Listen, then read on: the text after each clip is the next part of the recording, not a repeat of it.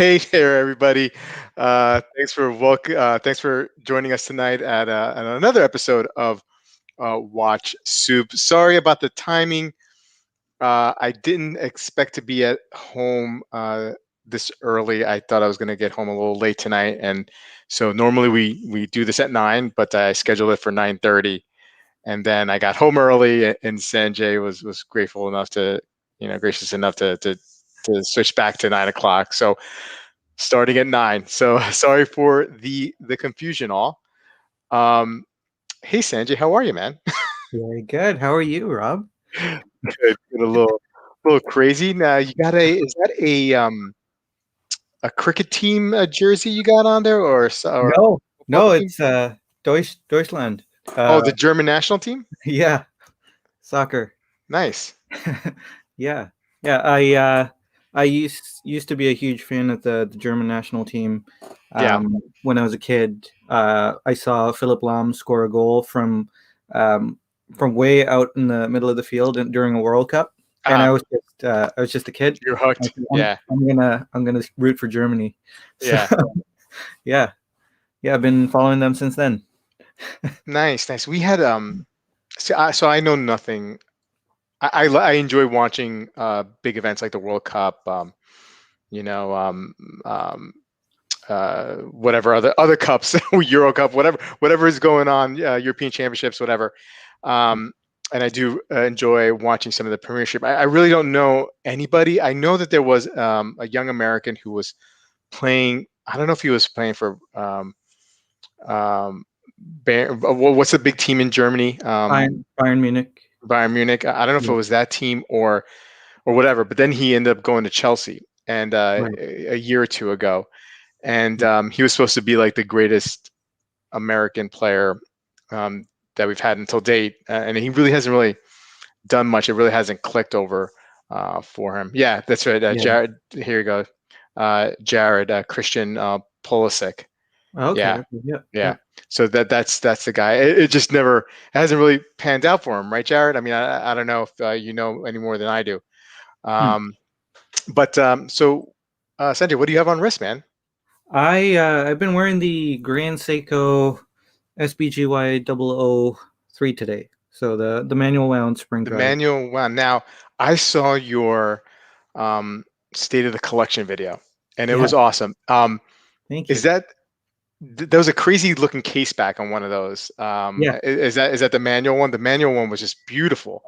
Yeah, Yeah. look at those jewels, man. Like it's just Uh, the screws. I mean, and yeah, and everything. I mean, it looks just it's awesome.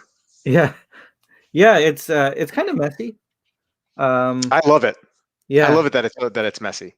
It's it's interesting. I do like it. They tried to make it look like uh, a motif of say the village and the sun rising. So the Oh, barrel here is the okay, sun, and these are the village lights okay.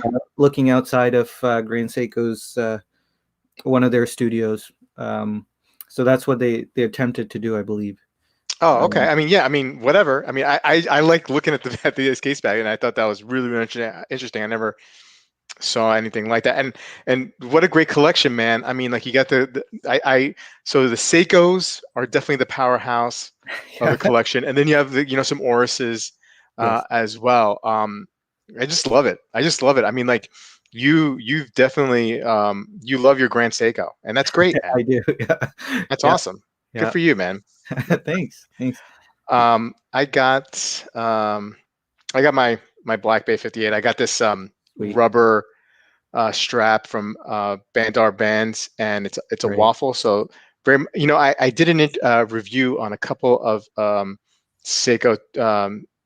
Um, there, it was kind of like the 62 Mas reissue, but it was one of the lower end 62 Mas reissues. I forget. There's so many model numbers, but Yeah, the people who sent me the two of them, two different subscribers had Uncle Seiko straps on, and so they had the waffle straps, and it was very, very comfortable. So yeah, it's this reminds me of it. The only problem is that this is really, really long, right? So it just kind of looks a little goofy. But other than that, I really enjoy it. I think it fits the watch really well. yeah. It looks Uh, let's say hello to some people on the chat. Um, Bobby, Watch Medicine, what's up? How are you? Hey, Bobby. Keith, how you doing? Guys, also let us know what you're wearing on wrist. That'd be great. Yeah. Junior, hello.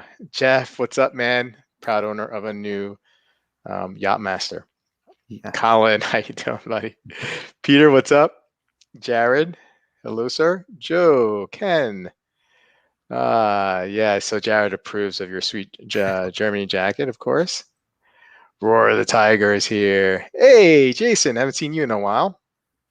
Good to see you. Nick J, what's up? Bruce, how you doing, bud? Let's see here. Let's see if I want to make sure I got everybody. Jerry, hey, how are you? And he's wearing the blue Willard. Yeah, I Awesome. used to have that. I'm sorry? I used to have that Oh, model. did you? Yeah. Yeah. Yeah, it's a sweet piece. Al, hey guys, hope all's well. Wearing the flighty. Very nice. Very nice. And NJ, if I didn't give you props, I'm sorry. Um, so, obviously, we're going to be reviewing some of the big videos. We're going to be doing Federico again. And I know this is like 3 weeks in a row. I'm selecting Federico, but I promise you, I mean, he's been picking some topics that I find interesting, and I'll try to give it a rest next week. We're also going to do another Watchfinder, an interesting video from a smaller channel, bigger than ours, but smaller in the grand scheme of things. Chris over at WatchChris, and another selection from Timepiece Gentlemen. But before we get into that, a couple of segments that we're going to go through first, right, Sanjay? I'll do the mail. The mail, I call it the mail, but it's actually comments. Go over some comments from previous episodes, or actually specifically last episode that we did. So let me just bring that up real quick. And the first one, from the Mad Watch Collector, Russell. Thank you. Great show, guys. Always watch this soup show on the way to the studio on Monday morning. Archie Lux, I guess he's referring to that piece that we or that discussion we had on Archie last week, is a very unstable character to me. He may have 5 Pateks, but the life he has around him must be all over the show. All the best. So yeah, I mean, there's a lot of people who also mentioned that it's mostly an act. I still find that really hard to believe, but whatever. Um, Bobby, you are obviously shopping at the wrong places. There are lots of honest and admirable people who work in sales. Sales can be an honorable profession. Furthermore, it's the oldest profession. Yeah, and I think I had mentioned that I've had some bad experiences, uh, you know, buying watches from ADs and whatnot. Yeah, the story you went over this past Friday was a really Yeah, bad one. yeah, Torno. And look, I mean, the person who made the comment. You're right. I mean, I shouldn't let a couple bad apples ruin the bunch, right? But Right. it's always there. I forget who said it. One coach said that he remembers the losses more than he remembers the wins, because the losses stay with him. So, like, I guess maybe that's with experiences. I'll remember more of the bad experiences, unfortunately, than the good ones, because the bad ones you kind of like hold on to, or I do anyway. Well, it's kind of typical of life, right? Yeah. In the news, the bad news gets all the press. Hmm. When in YouTube comments, you remember the mean comments that they said about you. Yeah, the It's just, hands. it's just naturally something that we as humans are remember. It's Yeah. just negative. Next comment. I agree with Sanjay. Don't like Dennis, but that was a great collector. And that was the piece with the watch box with Dr. the Coombs. dentist, Dr. Coombs. Yeah. Yeah. Mindless twaddle. I guess somebody doesn't like our mindless twaddle. Is it mindless? Is it No, mindless, it's Sanjay? it's not mindless, but it's kind of the point, right? We're Yeah. hanging out like with Yeah. everyone in the chat and having a good time. Some people might not like that, but I like it. Yeah, I'm having a great time too. Yeah. TGV is the cure for insomnia. Okay, well we'll end it right there. But that may be true or not true. Um, hey Josh, how are you, man? We miss you. Hopefully one day we can get you back on here. Yeah. Jared, if think the salespeople are bad, try being one and dealing with Joe Public. It's a rough one. I don't think. Look, I sold real estate for years, and so I know what sales is like. I really do. Um, I don't think all people salespeople are bad. I just had a couple bad experiences, and I made a generalization that I promptly take back. Um, hey, John Nilo, how you doing? Public is the worst. Yes. Hey, Rasan, what's up, man? Thanks for coming. Haters gonna hate. Yeah, I don't hate. I don't hate. I just it was a bad experience. Well, maybe he's probably referring to the watch twaddle or something. Oh, okay, okay. That's right. Craig's got our back, so he's probably right. That's probably what it is. Uh, okay, so we went through some of the comments. Now, Sanjay, you brought up in our conversations this week about a new segment that you want to try out, and so yeah, let's try it out. Go ahead. Now, Yeah, the floor yeah. is yours. So I was thinking, there's a lot of interesting videos, kind of topical videos that we really enjoy talking about, but then we kind of miss the reviews, right? The reviews that these YouTubers do, and I was thinking there's not a lot to talk about reviews, so we could just have like the reviews of the week segment, you know. Mm-hmm. Mm-hmm. And so I was thinking we'll just quickly go over some of the reviews watches that were reviewed this week by the bigger guys, and I brought up some suggestions. Jenny L last Sunday did a great video on one of the Vanta Black models from Moser, one of the tourbillons, and then Adrian from Bark and Jack today did a video on the Royal Oak. I haven't watched that one yet, but the one that really interested me was the Tissot PRX video review that Bruce Williams. I thought it was a really well done review. He managed to get in first at his AD to grab a couple of these PRX models, and Yeah. he showcased them really well. Like he said that the finishing is really good, and to not get caught up in the hype of this model. It's a good bang for your buck, but you don't get something that's you don't get a lot more for your money. You get a bit more for your money than what you'd expect. Good, Mm-hmm. nice case, but you don't get a ton of money. Like the seconds hand always misses the markers Yeah. you mentioned, and it kind of looked bad in the macro shots. But I'm sure day-to-day life it probably wouldn't be as big of an issue for a lot of people. That would be for me. Yeah. but yeah, it was a great review. Did you have any thoughts? Were you able to catch it? Yeah, I was able to catch it, and when I saw he did a 17-minute video on it, I'm like, whoa, really? That's a really thorough review, Bruce. But I'm with you. It looks like you do get a nice uh, for the price finish watch. It's a classic look, meaning it's been done a lot before, and it's been done a lot before for good reason, right? I mean, like Joe's saying here, too direct of a copy of a DeFi, in his opinion, and actually, from the review, Bruce is mentioning that it was kind of a throwback to a previous uh, Tissot, which was also an homage, though, to the Genta Royal Oak. Right. So we get that. I mean, like, now I'm a little desensitized to these, integrated steel bracelet watches. I still kind of like the way they look. And, I mean, if it's finished well, I mean, it is a shame about the seconds thing that I noticed, and the macro shots. Like I was like hoping that maybe it was just the angle, but he did address it, and he Yeah. did say that it just like it misses the marks. That would bother me too, and I know it would bother you because you got some really nicely finished and well constructed watches, and when you have those great constructed watches in your collection, when you've had experience with that, it's hard to go back. It I is. mean, not to say that you can't buy something affordable, and be fine with it, but I'm talking about like the seconds hand missing the marks. You know what I Yeah. mean? And I get it. It's a $300 watch. I get it. Some Timexes are $90 watches, $100 watches, and they miss the marks. You expect that. Mhm. Um, but at $300, I don't know.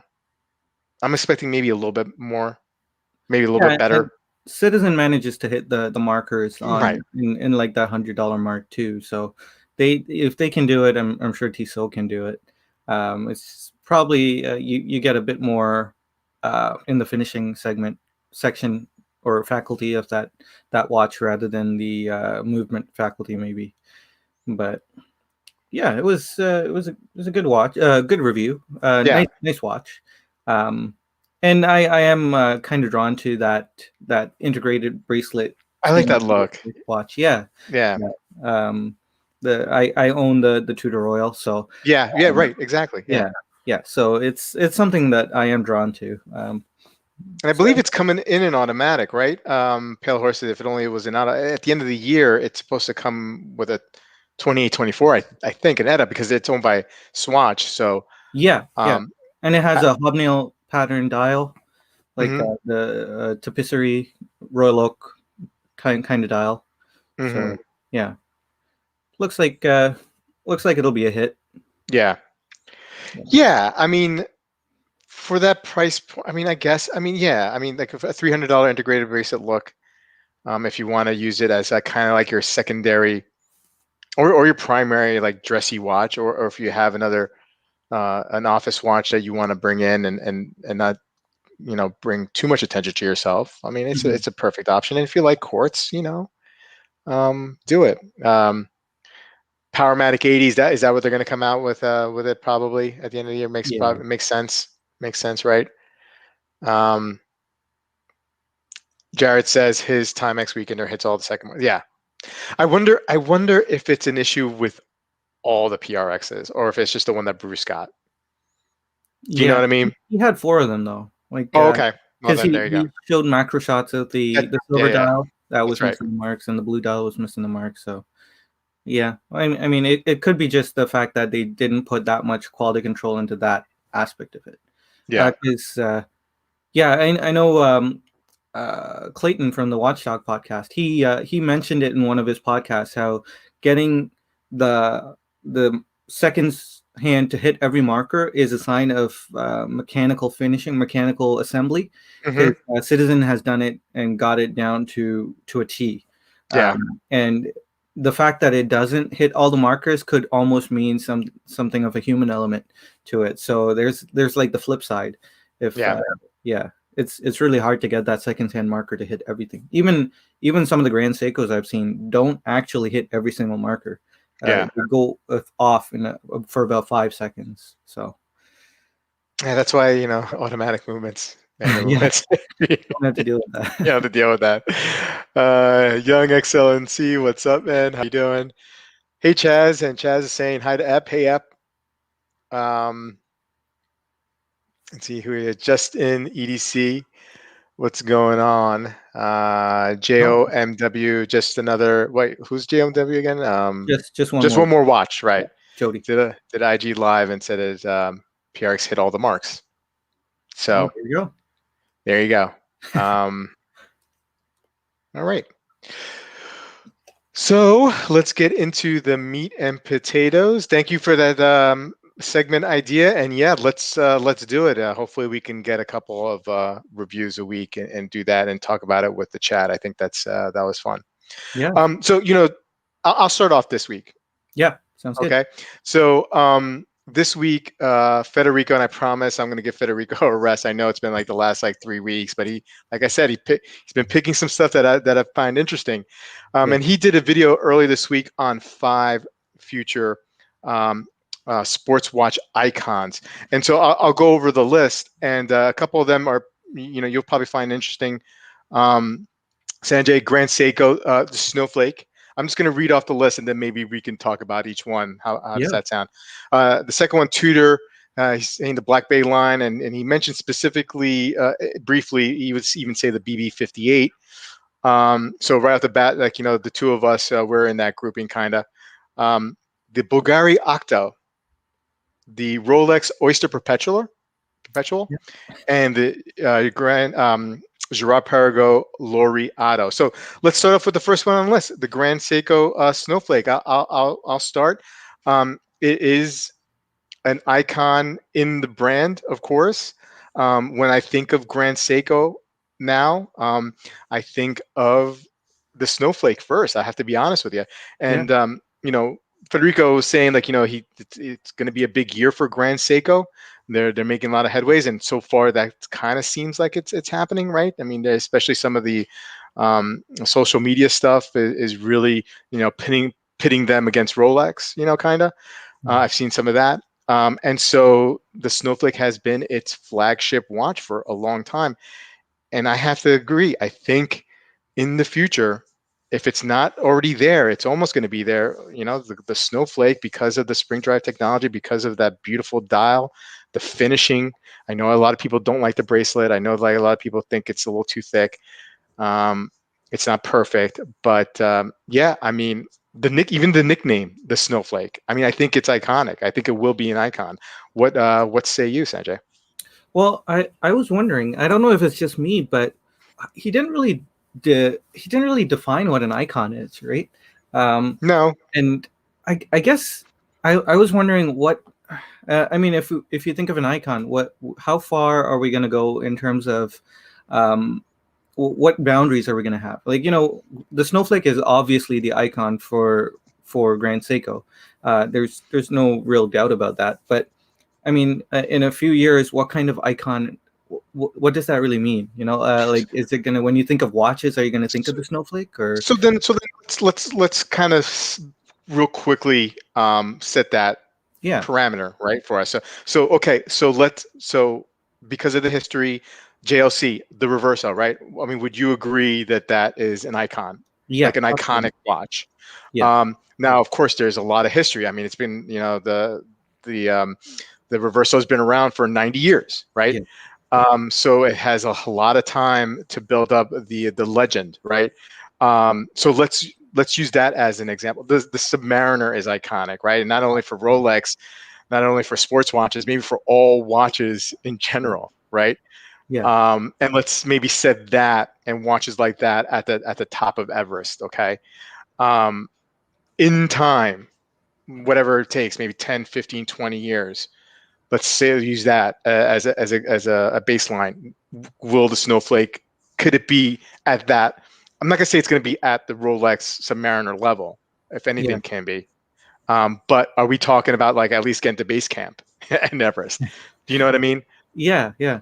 So, like, basically, if we were to think of the world of watches, if it would be a staple in that world, Yeah, yeah. I mean, right? but look, I mean, I'm not talking about like your average Joe, not average. You know what I mean? Your civilian watch, not even enthusiast, somebody who buys one watch and has that one watch for 20 years. I'm not Yeah, talking about that because they'd probably never even heard of the Reverso either.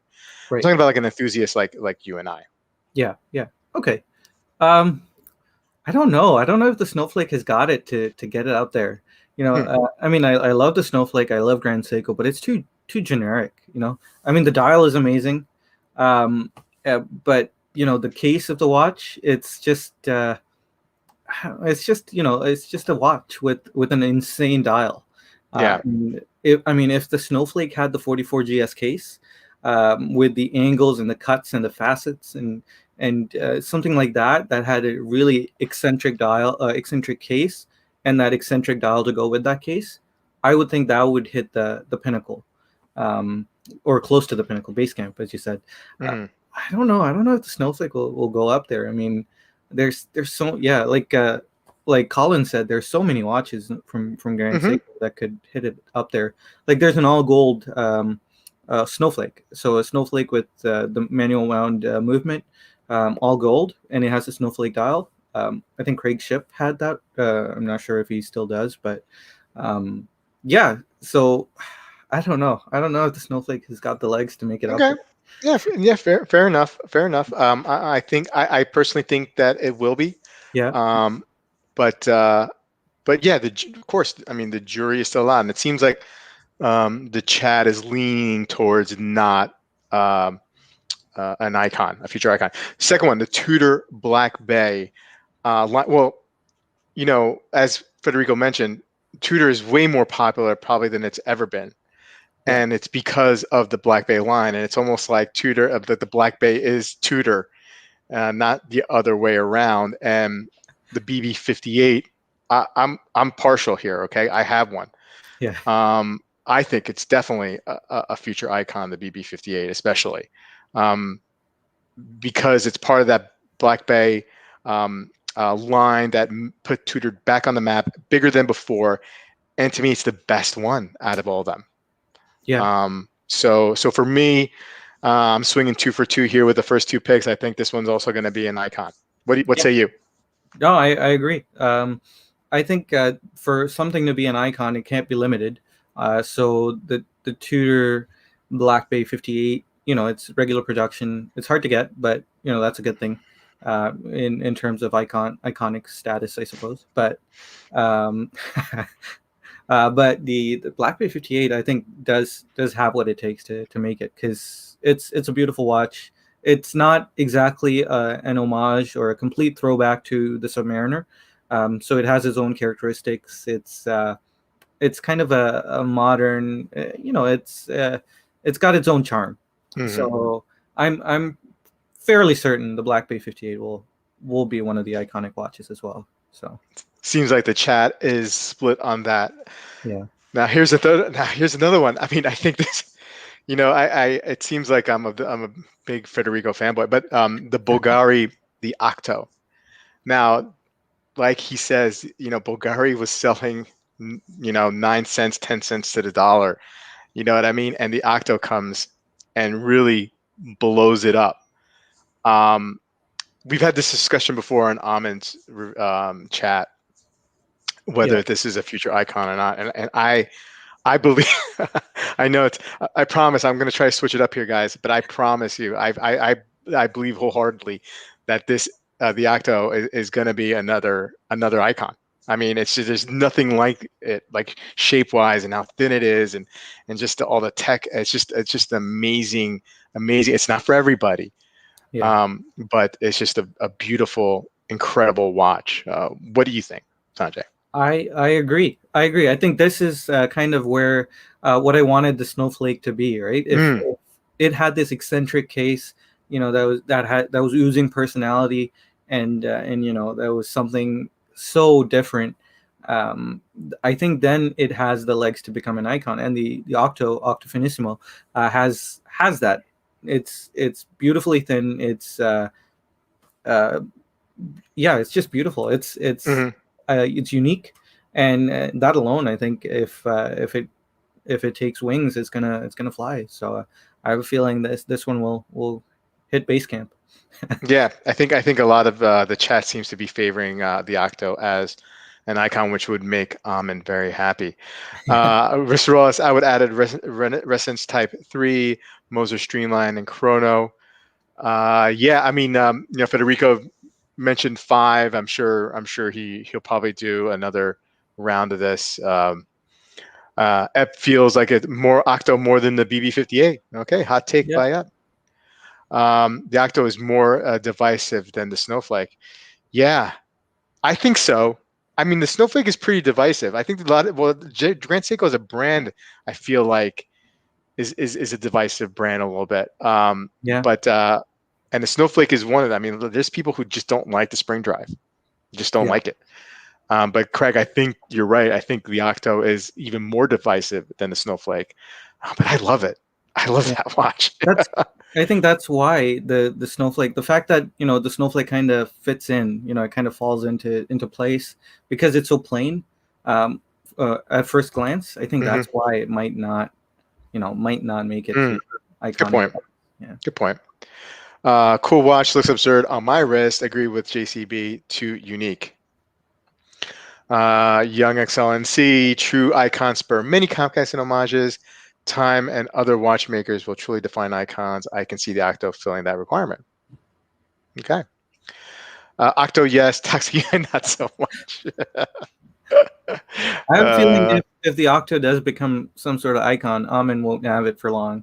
yeah, He yeah. seems like a contrarian, right? You know him better than I do, but Uh, not so obvious. So, hey, Pete, how are you? Snowflake is playing with that dial. Yeah, I mean, I think that dial is brilliant. the It's just dial is brilliant. not playing. Just to be clear, the dial is not playing. It's just the case.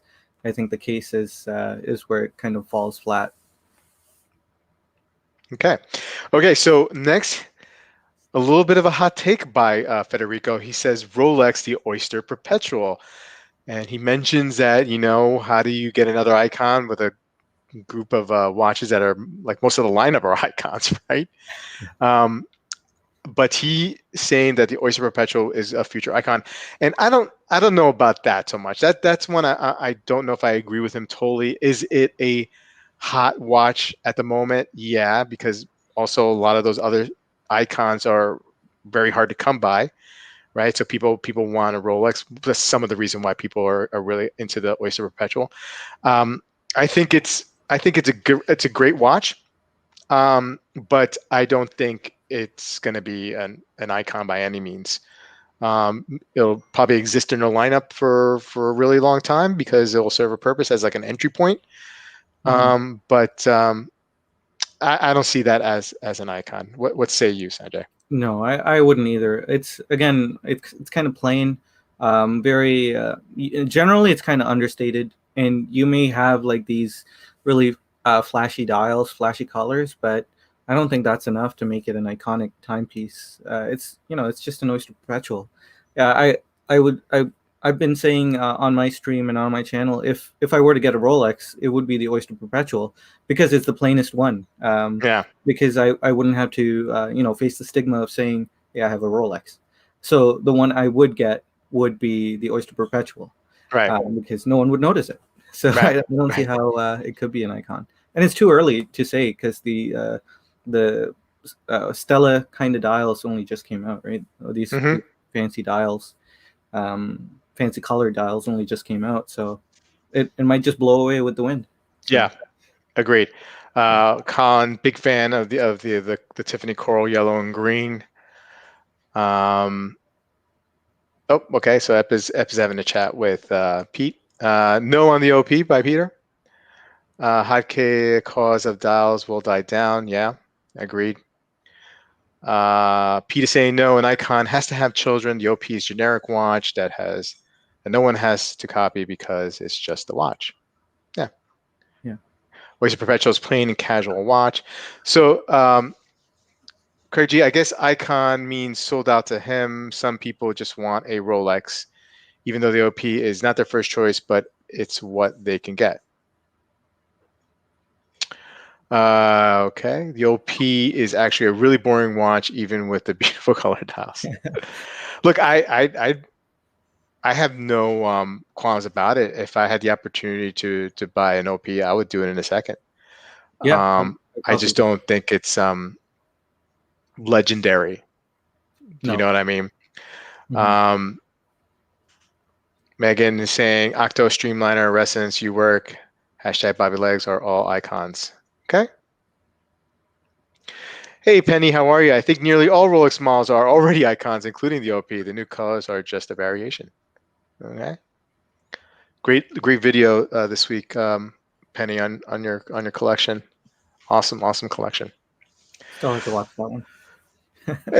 Okay, so and the final watch that he brings up, and I have a soft spot for Girard Perregaux, my first luxury watch. The watch I have had the longest in my collection is the Girard Perregaux. He says the Laureata, and he says, he admits that he has a soft spot. It's the reason why he really kind of picked it. Um, but and I like the Laureata, and Laureata by far is the most popular model in Girard Perregaux for sure, and it's a great watch. It just looks like a lot of other watches.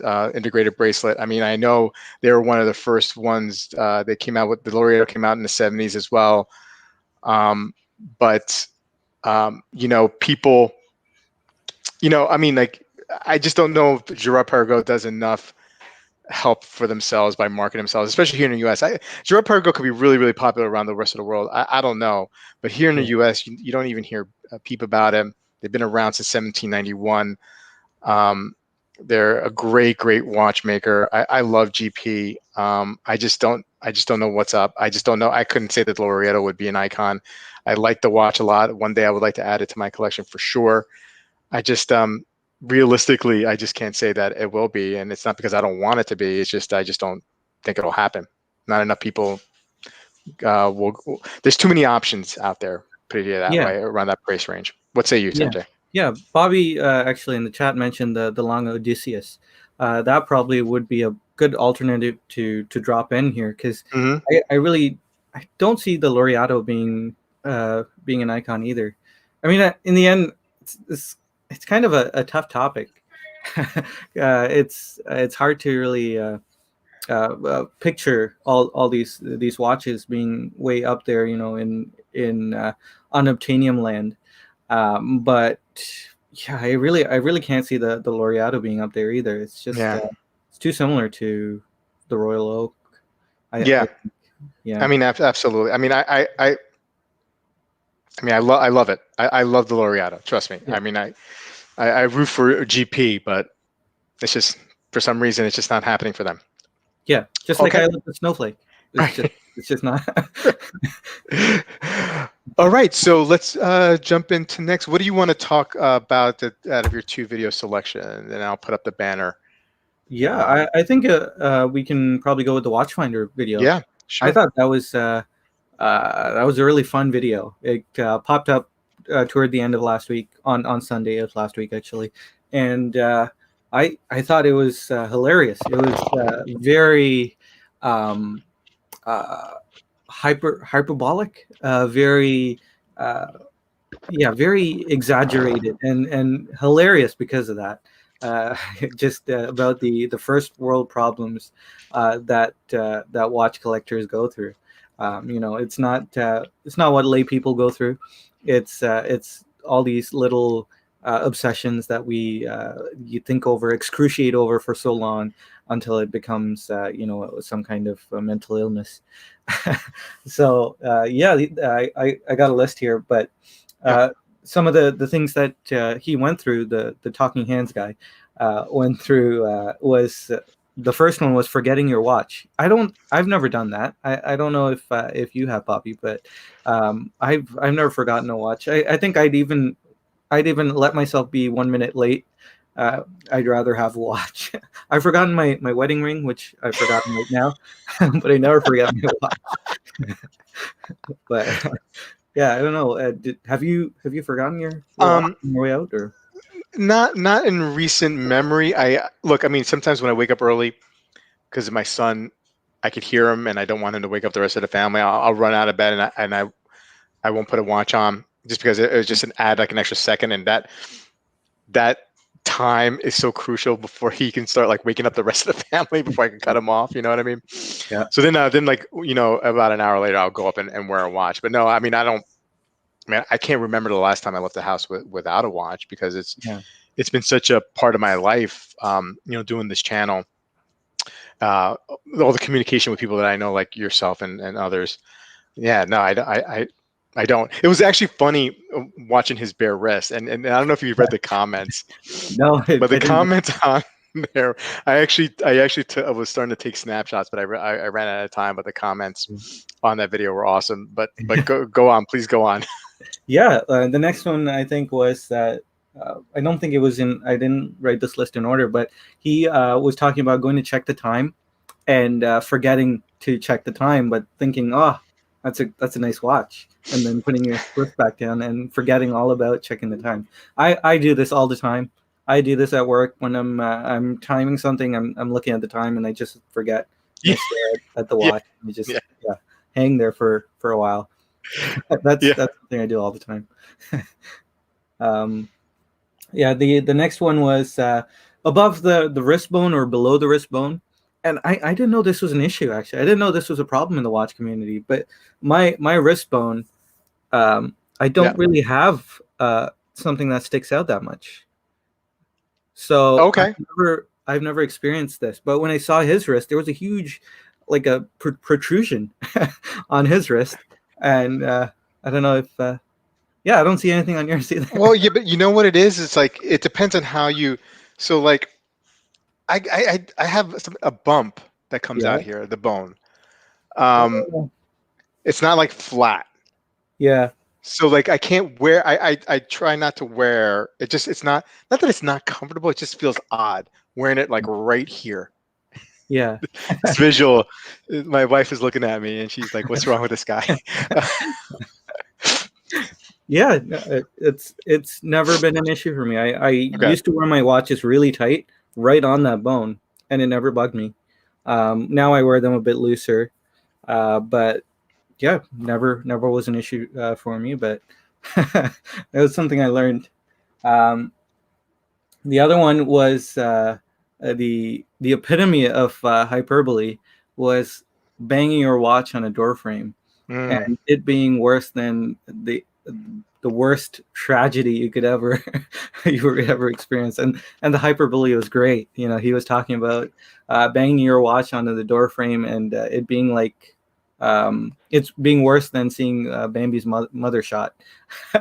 It would be more like Bambi's mom Yeah. being taken to the glue factory and then turned into dog food and making Bambi watch that. Yeah. I'm the that's funny. Yeah, But I've banged and it's just like the worst feeling in the world. yeah, It it really is. I've done it on a door, like an entrance.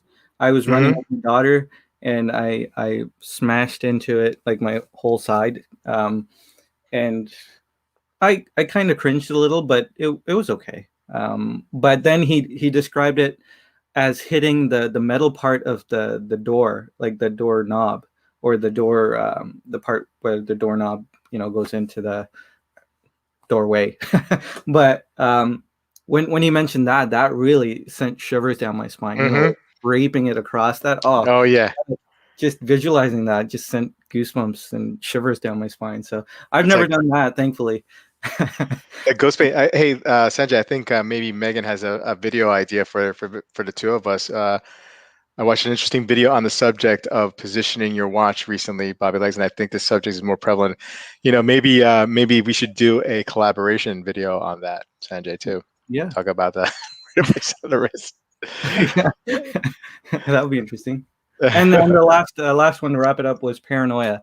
Paranoia about if your watch is running right or not. And Hmm. I've experienced this as well. Like every once in a while, I feel the rotor or something, and I'm thinking, "Oh no, that did it do that before? Like, did I Hmm. feel the rotor? Or did it make that rattly sound before?" And yeah, so those are some of the obsessions, the first world problems that us opulent watch people go through. Yeah, So yeah. it was a great video. I'm trying to think of other things that make me that is odd or make me like cringe. That I do with my sometimes I guess recently I had that J&B. I had to send it to get a new dial, but I was so used to doing like the dishes with my other watches, right? Because I 200-meter water resistance, 100-meter water resistance, but this thing is like 30-meter, right? And it's on a leather strap, and I'm like, oh my god, what was I thinking? Like, you know what I mean? Like I stop what I'm doing, I put the dishes down, like it's almost like I'm like diffusing a bomb. I put everything down gently, Yeah, and I just like walk away, and then I'm like taking off my wrist, the watch from my wrist. But it's like that's insane, though. That's yeah, insane, you yeah, know? yeah. Because it should be able to handle that. Yeah, Maybe not the leather strap, but I do my dishes when I'm wearing this on the beads of rice. yeah. It's a 30-meter watch, and I do the dishes with it, no problem. Yeah, Uh, I guess I shouldn't really worry too much about it, but I but do. it is one of those things that we think about, though. Yeah. I don't even a dive watch. I don't run it under running water. That's one of the things I think about because running Yeah. water is bad news in my head. Yeah. Um, so I always put a dish and then use a toothbrush to clean a watch. I never put it under running water.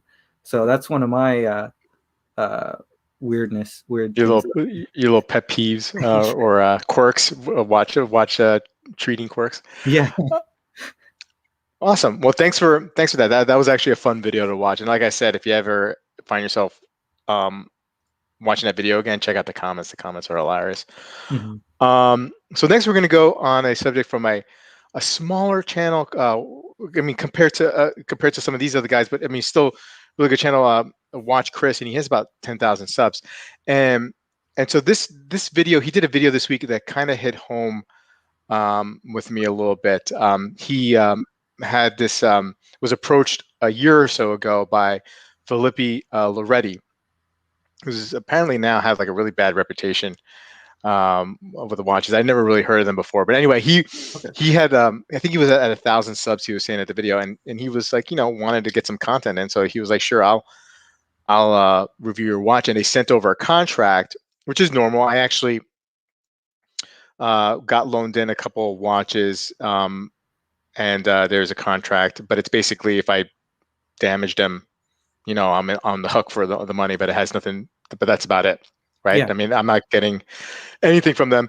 And he was saying that in this contract, he actually read the contract a little bit further, and the Filippi Loretti in the terms was stating that they have the right of first refusal. They want to see the video before he publishes, and if they don't like the video, then it's all off. And if he goes ahead and publishes the video, then he is liable for any sales that they may have lost, or however they would quantify that. And so he said no, he's not going to agree to that. He will do a video only if he's allowed to freely express. If there's positives, there's negatives, there's negatives. And he says like he's noticed that like Filippi Loretti, there's a lot of videos out there on there, and people get free watches to do videos. And I recently was approached by a brand, and they asked me to do a review for them, and I agreed on a couple of conditions that that I'm able to do the review however I feel. I generally am positive in my reviews. Yeah. If there's negatives, I tend to describe them as things that need improvement. You know what I mean? Like, I don't want to trash anybody. They did give me a watch that they agreed I could, give away to a subscriber, and they were like, sure. And then they were like, sure, please, if you have something to say it in the review. They were totally fine with it. Having said that, that's probably the last time I'm going to do that. Yeah. I just I still didn't feel comfortable doing it. And I have to. I want to like the watches that I review. Mm-hmm. You know what I mean? And so I kind of just need to like focus more on that. So it was really interesting that he came out with this video, and show that there's another side of this, and to be aware that when somebody is doing a review, that it could be other things going on in the background and in the scenes in the back, whatever. Anyway, I kind of lost my train of thought at the end there. Sanjay, what did you think of that video? Yeah, I thought it was an interesting video to put out. I wonder why he decided to put it out now, because he said it was way back in the day that this happened, and I wonder if there was some controversy that was brewing that maybe got it out of him. But it was definitely an interesting video, and I have heard of Filippo Loretti. They are constantly in my Facebook feed. Okay. Constantly advertising. Time Teller has done a few videos scathing, over the top, yelling rants about them. Right. Whenever I see Filippo Loretti, I actually hear him just say it in an Italian accent.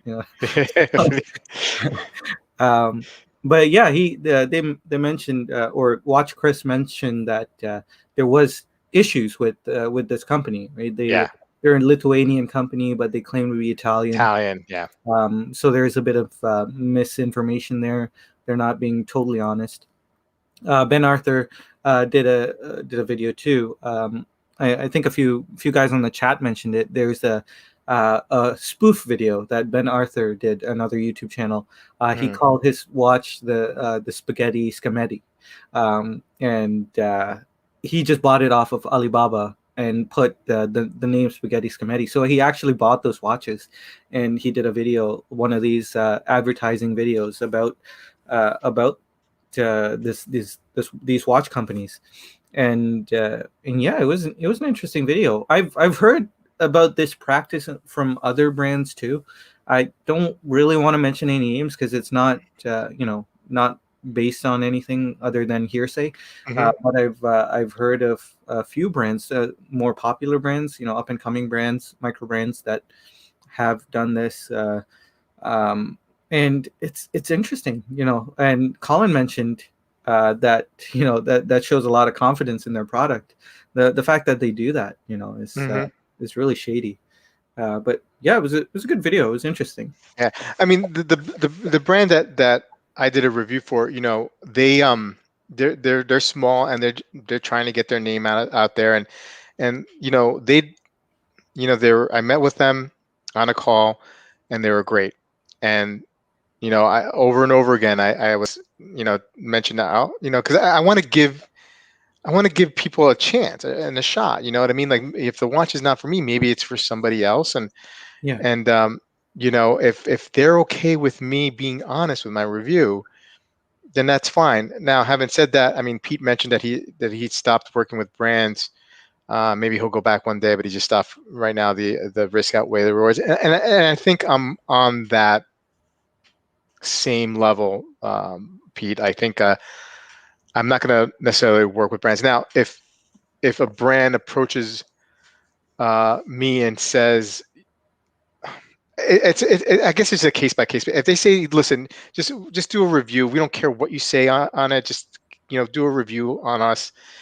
If there's a market for that watch, if people are buying these watches, and I think as a reviewer, I can just review watches that I like, and not feel pressure. But I mean, I feel like that I should do these reviews, and some of the watches are not going to be watches that I want in my own personal collection, but I'll give you my personal honest opinion. You know what I mean? And if they're okay with that, then Yeah. then I guess there's nothing wrong with it. If they start like putting stipulations like they have right of first refusal, and if I put out the video anyway after they say no, that I'm liable, then that I would never get involved with a company like that. You know what I mean? So Mhm. I guess it's just it's a fine line whether I guess I have to have a gut feeling or not, but it hit home with me, this review. I mean, this topic video, and I felt like it's something that I needed to talk it out, especially with you and people that I know, and the chat.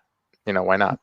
Yeah, I hear you there because I actually I've kind of refused to work with any companies myself, and there's nothing wrong with working with any companies. I just yeah I just feel like knowing me, knowing my personality, I would be greatly skewed if I accepted, even as a gift, if I was told, hey, you can keep the watch. Even if Hmm. I got to return the watch, I would be thinking, hey, they're doing me a favor. They're letting me review this watch. They're letting me take a look at it. And I'm sure there are others who won't be skewed by it. Jody seems to be a stand-up guy from just one more watch. I can't completely say if he's skewed or not. I guess that's up to each one of us to decide. But I know, knowing me, if a brand reached out to me and said, "Hey, could you review this watch for us?" I would think, hey, they're doing me a favor, and I would at some level be skewed. Yeah. And so, I prefer to buy my watches, and that whole thing that happened with me and Oris, that was an eye opener for me. After that, I kind of stopped working with ads as well, right? Yeah. I stopped borrowing watches completely. And yeah, because a lot of stuff happened after that. I was Yeah. just being honest. I Yeah. just had issues with my watch, and yeah, that was scary. That was Yeah. concerning. So Well, I mean, Sanjay, I think the one thing I would disagree with you is that you're doing them more of a favor than they are doing you a favor. Trust me. They want you to do the review. You're helping them more out. I mean, yes, you're getting some content out of it, but you got to look at it the other differently. You're definitely doing them a favor because you're the one that has the channel.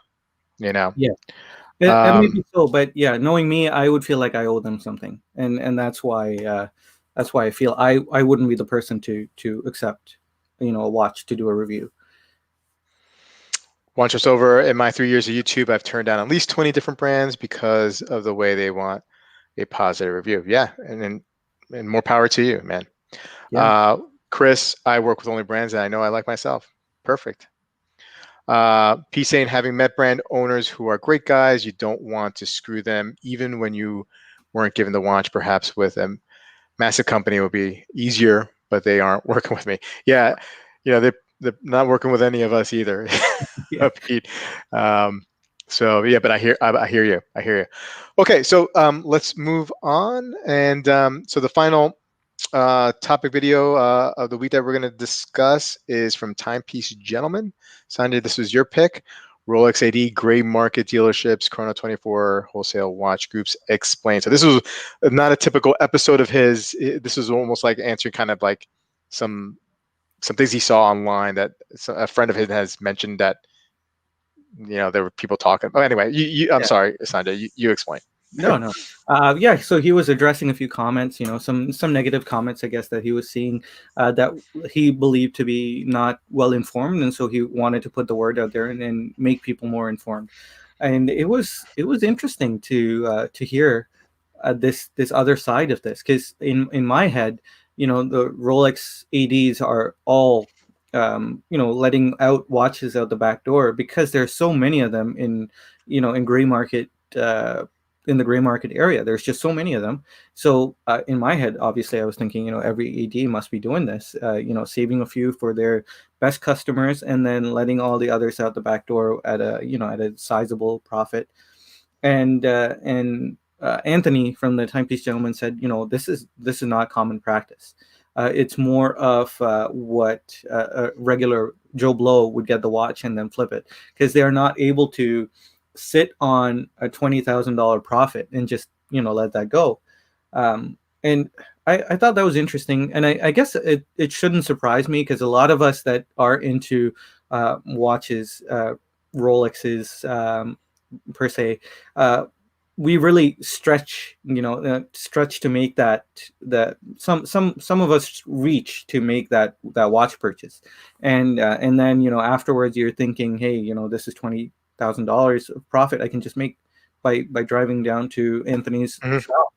I can make $20,000, and a lot of people have to take that and they're not willing to sit on $20,000 worth of profit.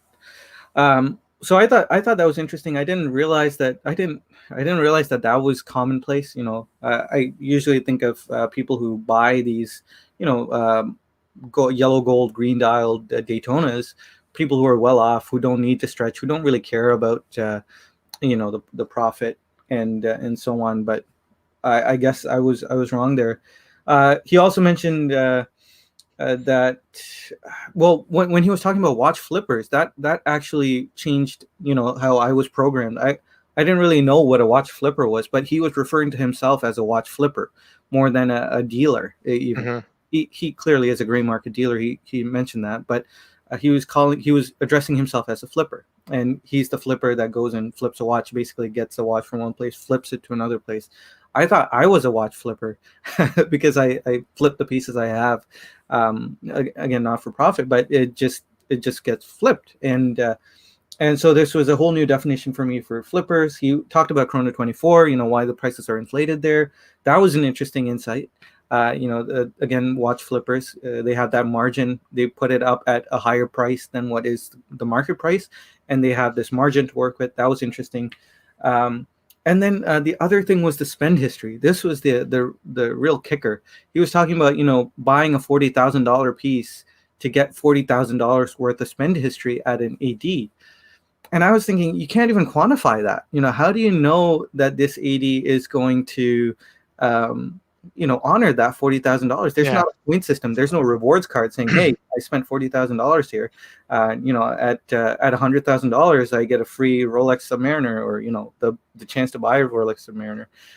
You can't quantify that, but he was talking about, you should be willing to lose $1,000 on a $40,000 piece just to be able to say you got that spend history. So this video was just dense, full of stuff that I didn't know was even a thing. It was Oh, just mind-boggling. yeah. There was a whole lot of like fast talking in that video. Yeah. Um, and I don't mean like by speed. I mean like he was at one point making the case that that we need flippers, right? In a Right. sense that yeah, we shoot them down when we can't get that Rolex, or the Rolex that we want is like 100% over MSRP, but we love them when they can get us like 30 or 40 or 50% off a non Rolex, non AP, non Patek, non Richard Mille watch. So like we need flippers. I don't know, man. I mean, I still need to digest that video uh, a lot, because I think there was a lot of BS. I mean, he was saying that he never bought from ADs, and then 2 seconds later, he was like, "I bought 7 or 8 watches from Yeah, he ADs did this year." mention. Yeah. You know, so it's like I know what he was trying to say, but it's just I don't know. It was a lot of jive talking to me, for me. You Yeah. know what I mean? So I have to watch that video again to really form an opinion too much on it, but my spidey senses were tingling, and so you know I mean, it's interesting to hear that side of it, but I just don't know how much I And buy it. and he's not really a big fry in this Rolex world. I don't think, just based on the. I mean, he's living the life, but based on what I see, at least in his videos, the profits in there, they don't seem like gargantuan. Um, when he shares the numbers, right? So they don't seem gargantuan. He seems like he's a small fry in a big world, and he's Yeah, making a good living. But I don't. I did kind of wonder about if he was qualified to talk about what happens in the back doors of major huge ads with huge gray market dealers. If they're getting pumped out the back door, then yeah, I guess he probably wouldn't know. But yeah. I am really naive when it comes to this whole Rolex game. I've not really known a lot about it, and I thought this video was fascinating just to get a glimpse of that people are actually playing a game. If, Yeah, if what he's saying is to be believed, I was just yeah. Uh, I I feel like I'm a little naive too when it comes to this whole gray market backdoor business going on. There's so much more that's going on that I'll probably ever will know. So, you know, I mean, it's funny. One last thing about the video. He almost like tries to kind of like flip the script on us, right? He's like, you know, why do you want that Rolex? Like, is it because you want to, because you don't, you want your friends to be like, oh, he has a Rolex and we can't get one, or it used to be that Rolex was you saved up for your whole life and you got yourself a Rolex. And so and then he was talking about like, you should be happy with any kind of Rolex then, pretty much. That's pretty much what he was saying. If you're saving up your whole life for, you know. So it's just, I don't know, man. Somebody had mentioned I feel like a little dirty watching that video, but I'd like to. I like the other ones. I like the other videos, right? The hour long stuff where you see him like talking to people on the phone, and I guess you see it in action when he's describing it more. It's just like it feels a little not great for me, yeah. So I'll stick to the watches that I like, Yeah. and I'll buy them at ADs if I think it's worth it, and I'll buy them secondhand. Fortunately, all the watches that I like don't sell over MSRP in the Yeah. secondary market. Even if they're 10 years old or 6 months old. So Yeah. um, yeah, yeah. Yeah, for sure. Um, yeah, I mean, there's some truth to that, Pete. Rolexes aren't watches anymore; they are commodities. Like, I mean, I think there's people out there who save up all their life to get a Rolex, and when they get it, they hold on to it. And I thought I was one of those guys, and then it just wasn't working out for me. But I think there's a lot of people who treat Rolex specifically as a commodity. And then there's a lot of truth to that. There's really a lot less backdoor stuff than people think. Okay.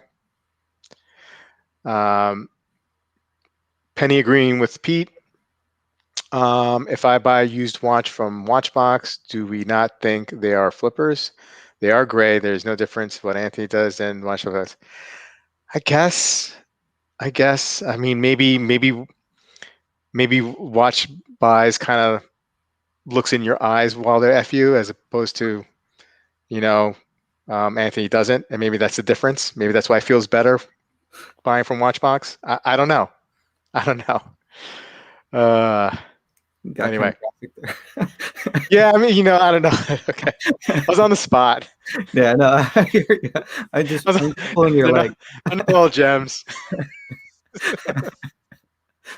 Uh, okay, that was cringy. That was cringy. All right. Okay, Sanjay. Wow, that went really, really quick, man. We're Yeah, it hour did. and 5 minutes. Um, Anything you got going this week? Any new videos coming out? Not really. No, I just did a state of the collection video. Don't really have anything planned other than the usual Saturday evening live stream that I do. Yeah, those are You? great, man. I love that. Thank you, thank you. Yeah, other than that, there's nothing really on my end. How about you? Yeah, just the typical. Got some videos coming out this week, some unboxings, and you know that stuff, and more live streams. I really enjoy this. I enjoy doing this with you, Yeah, and I think we have a lot of fun. Um, Anything else? Any social media promotion? Any your Instagram you wanna? yeah. You can find me at engineer_wannabe on Instagram. Um, I generally just do a wrist shot a day. Yeah. But yeah, nothing special. Just a regular guy. Yep. Awesome. And we love regular guys. I'm a regular guy too. Yeah. Guys, thank you for showing up tonight. I'm sorry about the time confusion of flipping back and forth, but we'll see you guys next week at 9 o'clock. Have a good night, gentlemen and ladies. Good night. Take care.